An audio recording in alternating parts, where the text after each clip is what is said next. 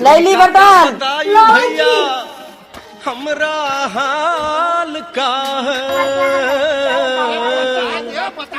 निकले थे हम हलवा खाने, मुंह ही जल गया है।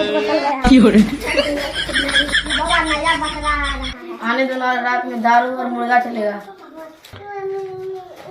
जिसके लिए था